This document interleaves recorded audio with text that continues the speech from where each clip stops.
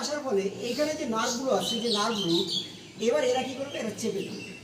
এবার যদি এরা যদি চেপে ধরে তাহলে কি হবে, নার্ভের উপরে চাপ পড়া মানে ব্যথা হবে, এটাই রোগ। তাহলে সেক্ষেত্রে আমরা কি করতে পারবো, এই আর কি হতে পারে, এই কারণে, এই ক্ষয়ের কারণে আমাদের যেটা হতে পারে, বিভিন্ন রকম অস্টিওফাইট হয়। অস্টিওফাইট মানে ওই যেটা ক্ষয় হয়ে গেছে ওগুলো কি হয়, এবড়ো খেবড়ো বিভিন্ন জায়গায় জমতে থাকে, অস্টিওফাইটগুলো হয়। আর কি হয়, ডিস্ক প্রোলাপস হয় অনেক সময়। ডিস্ক প্রোলাপসটা কি জিনিস, এই যে ডিস্কটা আছে দুটো ভার্টিব্রার মাঝখানে, কোনো কারণে অনেক সময় আমরা দেখি, অনেক সময় ভারী এরকম করে তুলতে গিয়ে হঠাৎ করে কোমর লেগে যায় আর সোজা হতে পারে। তার মানে কি, অনেক সময় এই যে ডিস্কটা কি হচ্ছে, ওয়েট বিয়ার করছে, এবার বেশি ভার বহন করার ফলে এই ডিস্কটা ফেটে যায়, অ্যানুলার টিয়ার হয়। অ্যানুলার টিয়ার হলে এটার ভেতরে যে জেলিটা আছে, এই জেলিটা বাইরে বেরিয়ে যায়। এবার বেরিয়ে গেল, ওরা আবার কি করে, ওই নার্ভের উপরে চাপ দেয়, এটাই বলে ডিস্ক প্রোলাপস। এটা হলেও কিন্তু প্রচণ্ড ব্যথা হবে, শুটিং পেইন হবে।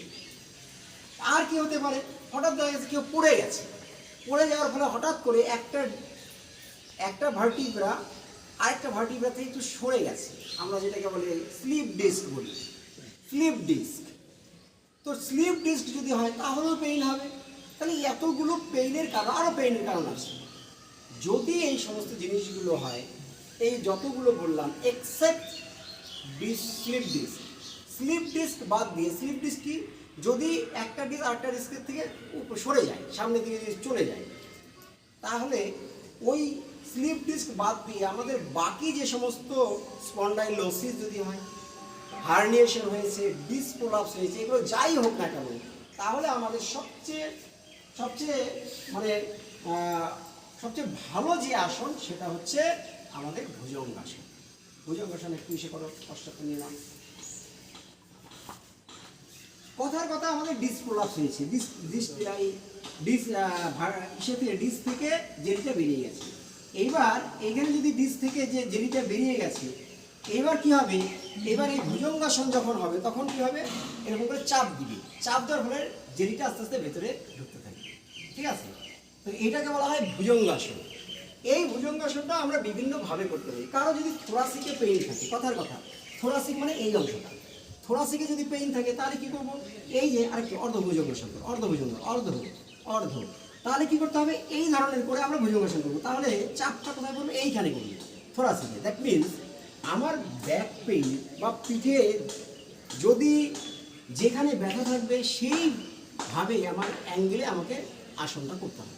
যদি একদম নিচে থাকে, লাম্বার পেইন থাকে, তাহলে পূর্ণ ভুজঙ্গাসন করবো, এই যে পূর্ণ ভুজঙ্গাসন, তাহলে পুরোই দেখুন এই জায়গাটায় আমাদের ইসে হচ্ছে, এই জায়গাটায় চাপটা পড়ছে, একদম এখানে চাপটা পড়ছে। যদি থোরাসিকে থাকে তাহলে অর্ধভুজঙ্গাসন করবো আমরা, হ্যাঁ অর্ধভুজঙ্গাসন, তাহলে আমার কি হবে, এইখানে চাপটা পড়বে, যে জায়গাটায় পেইন সেখানে আমাকে চাপটা দিতে হবে, ঠিক আছে।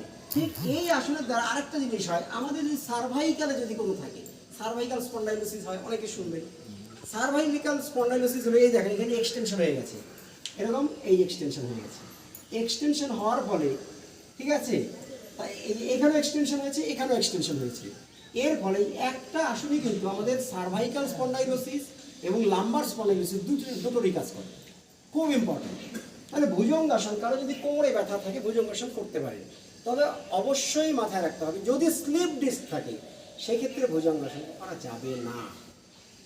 ভুজঙ্গাসন সেক্ষেত্রে যদি করে তাহলে তার বাড়বে, কারণ কি, ওর ভার্টিব্রা তো আরও সামনে চলে গেছে। এবার যদি চাপ দেয়, এরকম করে যদি আমি চাপ দিই তাহলে আরও সামনে চলে যাবে। তখন আমাকে কি করতে হবে, যদি কারো স্লিপ ডিস্ক হয় তাহলে উল্টে আসনটা করতে হবে, উল্টো দিকে, মানে ফ্লেকশন। এটা এক্সটেনশন হচ্ছে, এটা ফ্লেকশন করতে হবে। ঘুরে দাও, ঘুরো।